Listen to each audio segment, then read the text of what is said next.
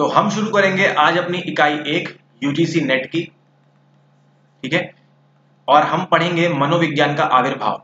बिल्कुल बेसिक से स्टार्ट करेंगे हम, जैसा कि आपको बताया गया है, बिल्कुल बेसिक से स्टार्ट करेंगे, ठीक है। तो हमको क्या देखना है, पिछले वीडियो में आपने देखा कि पूर्व क्या था और पश्चिम क्या था, ठीक है। तो आज हम बात करेंगे केवल पूर्व की, यानी पूर्व की बात करेंगे, यानी कि हमारे भारत में जो भी हो रहा था उसकी हम बात करेंगे। तो इसमें हम देखेंगे भगवत गीता के बारे में, बौद्ध धर्म के बारे में, सूफीवाद तथा समाकलित योग। फिर हम देखेंगे भारत में शैक्षिक मनोविज्ञान, है ना, 70 में क्या हुआ, 80 में क्या हुआ, 1990 और 2000, है ना। और भारतीय मनोविज्ञान का आविर्भाव, किस तरह इसका इमरजेंस हुआ, किस तरह इसका उदय हुआ, वो हम देखेंगे, ठीक है। और साथ ही साथ हम कुछ अलग मुद्दे भी देखेंगे। बिल्कुल बेसिक से स्टार्ट करते हैं, चलिए।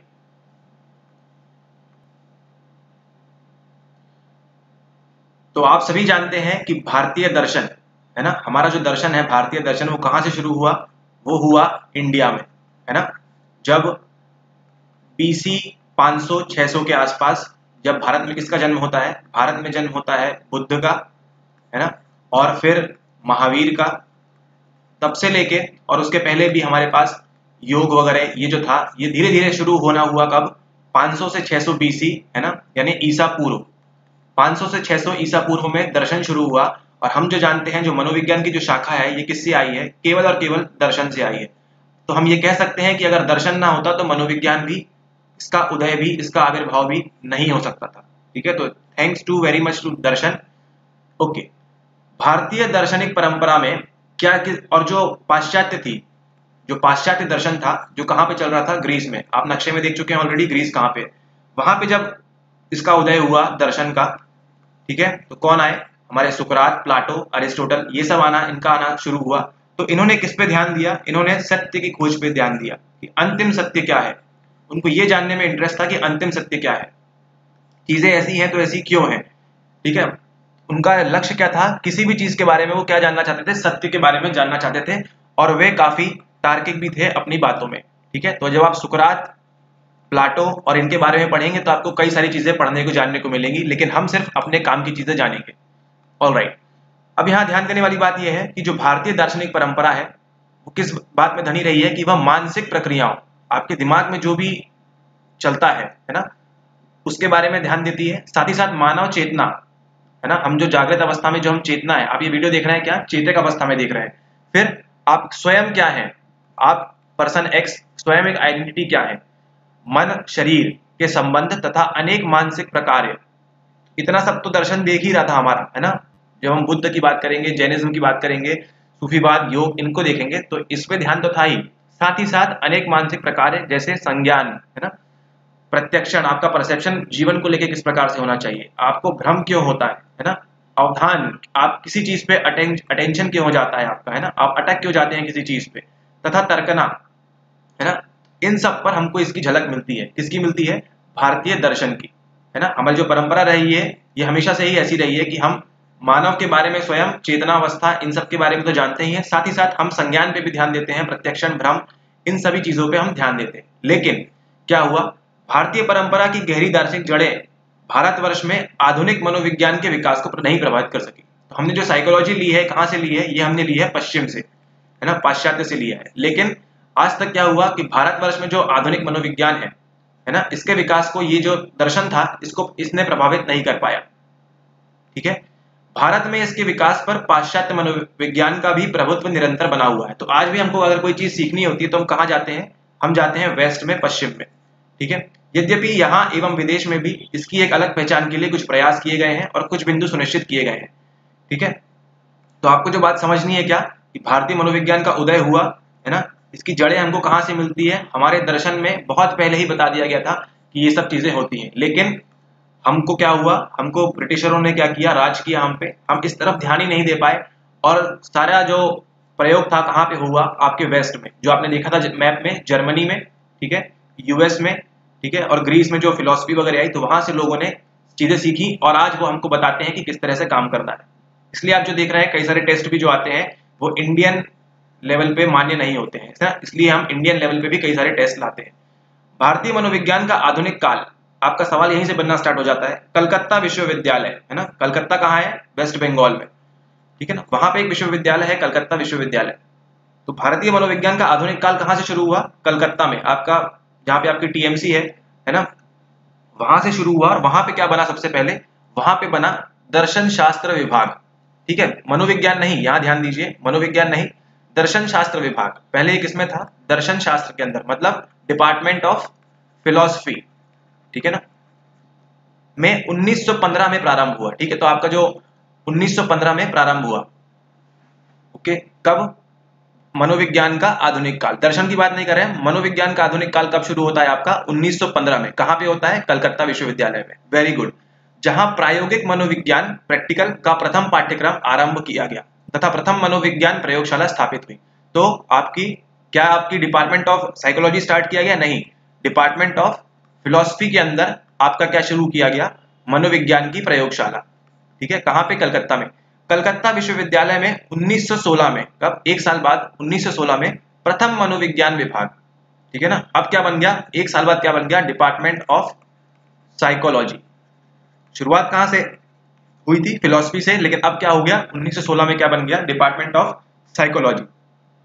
और 1938 में, ठीक 2 साल बाद, 16 में ठीक 2 साल बाद 1938 में क्या होता है, अनुप्रयुक्त मनोविज्ञान का विभाग प्रारंभ किया गया, मतलब डिपार्टमेंट ऑफ अप्लाइड साइकोलॉजी। ठीक है ना, जो प्रैक्टिकल चीजें करते हैं, देखते हैं टेस्ट वगैरह, उनके लिए, है ना, प्रैक्टिकली कैसे हम इसको ला सकते हैं जीवन में।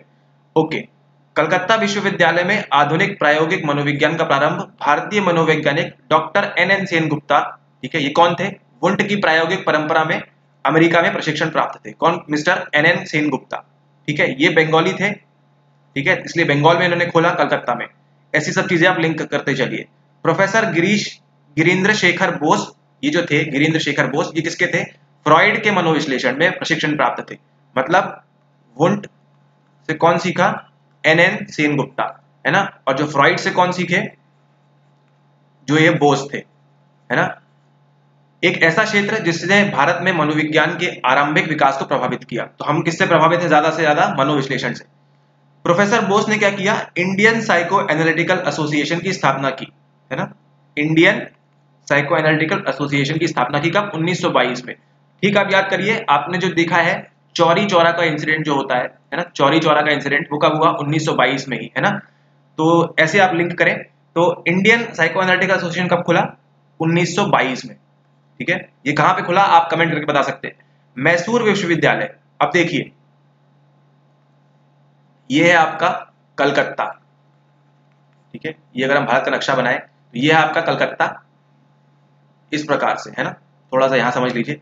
अब क्या होता है, मैसूर विश्वविद्यालय में यहाँ पे कहीं, ठीक है, तमिलनाडु के आसपास, एवं पटना, कलकत्ता कहाँ है, पटना कहाँ है, कलकत्ता के भी ऊपर, है ना, पटना विश्वविद्यालय में मनोविज्ञान के अध्यापन एवं अनुसंधान के प्रारंभिक केंद्र प्रारंभ हुए। कलकत्ता से स्टार्ट हुई हमारी कहानी, फिर कहाँ जाएगी, मैसूर में जाएगी, और फिर कहाँ जाएगी, पटना में जाएगी। तो यहाँ पे क्या हुआ, मनोविज्ञान का अध्यापन, पढ़ाई की स्टार्ट हुई, एवं अनुसंधान के प्रारंभिक केंद्र भी प्रारंभ हो गए। प्रारंभ से मनोविज्ञान जो है भारत में एक सशक्त विद्या शाखा के रूप में विकसित हुआ है, ऐसा नहीं कमजोर था, स्टार्टिंग से ही मनोविज्ञान क्या था, एडवांस था। मनोविज्ञान का अध्यापन, पढ़ाई, अनुसंधान, रिसर्च और अनुप्रयोग, प्रैक्टिकल के अनेक केंद्र हैं। तो मनोविज्ञान के अंदर हमको क्या क्या करने मिलता है, पढ़ने मिलता है, अध्यापन, अनुसंधान, रिसर्च कर सकते हैं, और प्रैक्टिकली उसको पॉसिबल कर सकते हैं, अप्लाई कर सकते हैं। ठीक है, मनोविज्ञान में उत्कृष्टता अथवा वैशिष्ट्य के 2 केंद्र कहाँ मिलते हैं हमको, उत्कल विश्वविद्यालय भुवनेश्वर में जो है, और इलाहाबाद विश्वविद्यालय अनुदान आयोग द्वारा सहायता प्राप्त है। ठीक है, तो आपने देख लिया किस तरह मनोविज्ञान का उदय हो रहा है। कलकत्ता से पटना गए, पटना से फिर कलकत्ता से मैसूर गए, मैसूर से पटना। एन सेन गुप्ता जो थे वो वुंट के थे, और जो बोस थे वो फ्रॉइड के अंडर काम किया था। अब यहाँ पे एक और मिस्टर आते हैं अगले, दुर्गानंद सिन्हा। इन्होंने एक अपनी पुस्तक लिखी, कब, 1986 में। ठीक है, जब हमारी किसकी सरकार थी, राजीव गांधी सरकार जब थी, 1986 में एक उन्होंने एक पुस्तक प्रकाशित की जिसका नाम क्या था, psychology in a third world country, the Indian experience. ठीक है, से इन्होंने क्या किया, भारत में सामाजिक विज्ञान के रूप में 4 चरणों में आधुनिक विज्ञान के इतिहास को खोजा है। ठीक है, 4 चरणों में खोदा है। उनके अनुसार प्रथम चरण जो था, स्वतंत्रता की प्राप्ति तक ऐसा चरण था जब प्रयोगात्मक, है ना, प्रयोग करते थे, मनोविश्लेषणात्मक, साइको एनालिटिकल एवं मनोवैज्ञानिक परीक्षण अनुसंधान पर बहुत बल था। ठीक है ना, तो किस पे ध्यान था हमारा, प्रयोग करके साइको एनालिसिस से किस पे ध्यान देना था, अनुसंधान पर बहुत बल था, प्रथम चरण। फिर से ध्यान दीजिए, दुर्गानंद सिन्हा ने एक किताब लिखते हैं, कब, psychology in a third world country, the Indian experience. कब किया? 1986 में। कितने बताए? 4 चरणों के रूप में। आपका सिलेबस आप देखेंगे, अभी आपको जो बताया था सेम चीजें चल रही हैं, ठीक है। तो प्रथम चरण में क्या हुआ? स्वतंत्रता की प्राप्ति तक, मतलब 1947 तक किस प्रकार से हम काम कर रहे थे? प्रयोग पे, मनोविश्लेषणात्मक एवं मनोवैज्ञानिक परीक्षण अनुसंधान पर बहुत बल था, है ना, रिसर्च पे, जिससे पाश्चात्य देशों का मनोविज्ञान के विकास में योगदान परिलक्षित हुआ है, ठीक है। तो पहले हम किस पे ध्यान दे रहे थे? अनुसंधान पे। द्वितीय चरण में 1960 तक, मतलब पहली टाइमलाइन क्या बनती है आपकी? 47 तक। फिर अगली बनती है 1947 से लेके 1960 तक। क्या किया हमने? भारत में मनोविज्ञान की विविध शाखाओं में विस्तार का समय था। इस चरण में क्या हुआ? भारतीय मनोवैज्ञानिक जो थे, आपके दादा परदादा, उनकी क्या थी कि भारतीय पहचान के लिए पाश्चात्य मनोविज्ञान को भारतीय संदर्भों से जोड़ा जाए। तो अब उन्होंने क्या स्टार्ट किया? जो वेस्ट का था साइकोलॉजी, वेस्टर्न साइकोलॉजी थी, उसको किससे जोड़ा जाए? ईस्ट की साइकोलॉजी, मतलब इंडियन साइकोलॉजी से उसको जोड़ के देखा जाए। पहले में क्या थे? अनुसंधान पे ध्यान दे रहे थे वो। दूसरे में क्या किया? इनको जोड़ा जाए, वेस्ट को और ईस्ट को। उन्होंने ऐसा प्रयास पाश्चात्य विचारों द्वारा, है ना, जो वेस्ट के जो विचार थे, द्वारा भारतीय परिस्थितियों को समझने के लिए किया कि क्या पाश्चात्य विचारों से हम भारतीय परिस्थितियां समझ सकते हैं। लेकिन फिर भी भारत में मनोविज्ञान 1960 के बाद भारतीय समाज के लिए समस्या केंद्रित अनुसंधान द्वारा सार्थक हुआ, ठीक है। तो फिर उसके बाद क्या किया हमने? 1960 के बाद पहले हमने क्या किया? 47 से 60 तक इसको जोड़ के देखा, लेकिन 60 के बाद हमने क्या किया? हमारा जो भारतीय समाज है, इसकी जो समस्याएं हो रही हैं, उन पे हमने रिसर्च स्टार्ट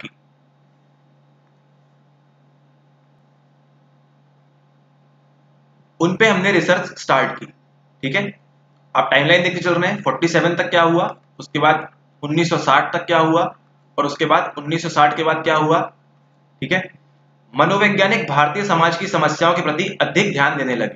तो यहाँ पे उन लोग क्या कर रहे थे? 47 से 60 तक क्या कर रहे थे उन लोग कि जो वेस्ट की विचारधारा थी उससे जोड़ के देख रहे थे भारतीयों को। लेकिन 1960 के बाद क्या किया उन्होंने कि भारतीय समाज में जो समस्याएं चल रही हैं उस पर उन्होंने रिसर्च करना स्टार्ट किया, ठीक है। भारत की जो समस्याएं हैं उस पर अधिक ध्यान देने लगे। पुनश्च उसके बाद अपने सामाजिक संदर्भ में पाश्चात्य मनोविज्ञान पर अतिशय निर्भरता का अनुभव किया जाने लगा। तो आप जो देखते हैं डिफरेंट टाइप के टेस्ट होते हैं हमने जो डेवलप किए हैं इंडिया में, लेकिन पहले क्या ऐसा था? नहीं। 1960 तक हम क्या थे? उसके पहले क्या थे? हम जो पाश्चात्य टेस्ट वगैरह थे, है ना, उस पर हम काफी ज्यादा निर्भर थे, है ना। पाश्चात्य मनोविज्ञान पर बहुत ज्यादा निर्भरता थी हमारी। महत्वपूर्ण मनोवैज्ञानिकों ने उस अनुसंधान, उस रिसर्च की सार्थकता पर अधिक बल दिया जो हमारी परिस्थिति के लिए सार्थक हो। इसलिए हमने क्या किया? अब यहाँ पे जो अमेरिका में जो बच्चा रह रहा है ना, उसकी साइकोलॉजी और इंडिया के बच्चे की साइकोलॉजी अलग अलग है। क्यों? क्योंकि हम अपने माता पिता के साथ रहते हैं शादी होने के बाद भी और बड़े होने के बाद भी, लेकिन यहाँ पे ऐसा नहीं होता, ठीक है। जस्ट एक एग्जाम्पल है। तो इसमें क्या हुआ? फिर उन्होंने क्या किया? जो महत्वपूर्ण मनोवैज्ञानिक थे उन्होंने किस पे ध्यान दिया कि नहीं, जो इंडिया में चलेगा वहीं पे हम ध्यान देंगे, ठीक है। ओके। अब भारत में मनोविज्ञान की नई पहचान की खोज के कारण चतुर्थ चरण में, है ना, 4 चरण देख लिए। पहला कौन सा था? 1947 तक। उसके बाद 1947 से 1960 तक। फिर 1960 के बाद क्या किया हमने? हमारी समस्याओं पे ध्यान देने लगे। और अंत में आता है 1970 के रूप में 1970 के अंतिम समय में देशज मनोविज्ञान का उदय हुआ। आप मुझे कमेंट करके बताइए डी सिन्हा ने कब लिखी पुस्तक? 1986 में, ठीक है। ओके। पाश्चात्य ढांचे को नकारने के अतिरिक्त हमने क्या किया? अब देशज मनोविज्ञान का उदय हुआ, है ना, इंडियन साइकोलॉजी का उदय हुआ। कब? 1970 के बाद। पाश्चात्य ढांचे को क्या किया हमने? नकारने लगे कि अब उसका कोई मतलब नहीं है। के अतिरिक्त भारतीय मनोवैज्ञानिकों ने एक ऐसी समझ विकसित करने की आवश्यकता पर बल दिया जो सामाजिक, है ना, हमारे समाज पे एवं संस्कृति रूप से सार्थक ढांचे पर आधारित हो। मान लीजिए कोई टेस्ट करना है, ठीक है, कि जो बच्चे हैं वो क्या करते हैं, वो पढ़ाई करते हैं या नहीं करते हैं, ठीक है। तो हम जो भारतीय संस्कृति या समाज में जो पढ़ाई का स्तर है वो हम अमेरिका से नहीं कंपेयर कर सकते, ठीक है। या फिर अगर हम न्यूट्रिशन, खान पान की बात करें तो भारतीय बच्चों का खान पान और अमेरिकी बच्चों का खान पान काफी अलग है, ठीक है। तो यहाँ पे अगर मान लीजिए कोई टेस्ट सार्थक हो जाता है, इसका ये मतलब नहीं कि वो वही टेस्ट, वही जो प्रक्रिया है वो भारत में भी सार्थक हो। इसलिए जो 70 के बाद क्या किया? जो सामाजिक एवं सांस्कृतिक रूप से सार्थक ढांचे पर आधारित हो। इस रुझान की झलक उन प्रयासों में दिखी जिनसे पारंपरिक भारतीय मनोविज्ञान पर, है ना, अब हमने क्या किया? पारंपरिक भारतीय मनोविज्ञान पर आधारित उपागमों का विकास हुआ, है ना। हमने अपनी ऐसी ऐसी नई चीजें निकाली, टेस्ट निकाले जो किस पे ध्यान देंगे? केवल भारतीय मनोविज्ञान पर, जो हमने प्राचीन ग्रंथों एवं धर्म ग्रंथों से लिए थे। अब आप मुझे बताइए सबसे पहली बार जो टेस्ट साइकोलॉजिकल ये कब लिया गया? सबसे पहली बार, ठीक है। इस प्रकार इस चरण की विशेषता को, और ये टेस्ट था, ये लिया गया था, आपको बताऊं शॉकिंग न्यूज, ये चाइना में, और ये लिया गया था अनजाने में, लोग को साइकोलॉजी मालूम भी नहीं थी लेकिन तब भी लिया गया, ठीक है। चाइना तब से आगे। इस प्रकार इस चरण की विशेषता को देशज मनोविज्ञान के विकास, तो जब भी आपसे पूछा जाएगा कि देशज मनोविज्ञान का विकास कब हुआ, 1970, जो भारतीय सांस्कृतिक संदर्भ से उत्पन्न हुआ था तथा भारतीय मनोविज्ञान एवं समाज के लिए सार्थक था और भारतीय पारंपरिक ज्ञान पर आधारित था, इस तरह इसको जाना जाता है। और आज जानना है ये विकास क्या हो रहा है, कंटिन्यूअसली चला जा रहा है, ठीक है। इसी के साथ साथ भारत में मनोविज्ञान जो है विश्व में मनोविज्ञान के क्षेत्र में सार्थक योगदान कर रहा है। तो आज जो हर भारतीय क्या है, हर जगह पहुंच चुका है, ठीक है। और जो मनोविज्ञान में क्या दे रहा है, अपना पूरा पूरा सहयोग दे रहा है भारतीय मनोविज्ञान की तरफ से, ठीक है। इसी के साथ हम देखते हैं कि नए अनुसंधान अध्ययन आ रहे हैं, नए नए आ रहे हैं, जिसमें तंत्रिका है ना, जैविक तथा स्वास्थ्य विज्ञान के अंतरराष्ट्रीय स्वरूप समाविष्ट किए जा रहे हैं, ठीक है। इसी के साथ साथ भारत में मनोविज्ञान का अनुप्रयोग हम क्यों यूज कर रहे हैं, कमर्शियल क्षेत्रों में भी कर रहे हैं। मनोवैज्ञानिक मात्र विशिष्ट समस्याओं वाले बच्चों के साथ ही कारण, ऐसा नहीं कि ये बच्चा अगर पढ़ाई नहीं कर पा रहा ढंग से तो उस पर ध्यान दे रहे हैं, ऐसा नहीं है। साथ साथ हम चिकित्सालयों में भी कर रहे हैं, काउंसलिंग साइकोलॉजी के रूप में भी नियुक्त हो रहे हैं, ठीक है। ह्यूमन रिसोर्सेज में भी, एचआर भी जो आजकल बैठते हैं वो क्या होते हैं, कुछ साइकोलॉजी थोड़ी बहुत जानते हैं, पढ़े लिखे होते हैं। साथ साथ हम संगठनों में भी देखते हैं, ऑर्गेनाइजेशनों में, खेलकूद में भी, आर्मी में भी हम देखते हैं, और आईटी सेक्टर में भी। तो आज आपका जो मनोविज्ञान है यह आपकी नेट की पढ़ाई के साथ साथ हर जगह इसमें हम क्या कर रहे हैं, अप्लाई कर रहे हैं, ठीक है। तो ये था इस प्रकार हमारा बेसिक लेक्चर। आई होप आपको अच्छा लगा हो, ठीक है। अच्छा लगा हो तो आप सब्सक्राइब कर दीजिए, ठीक है। और अपने दोस्तों के साथ भी बताइए कि आप साइकोलॉजी, हिंदी माध्यम, इंग्लिश मीडियम, नेट साइकोलॉजी के लिए आप दिक्कत करने की जरूरत नहीं है, सब चीजें आपको एक ही जगह पे मिलेंगी, streamline. Alright, so thanks for watching the video, thank you.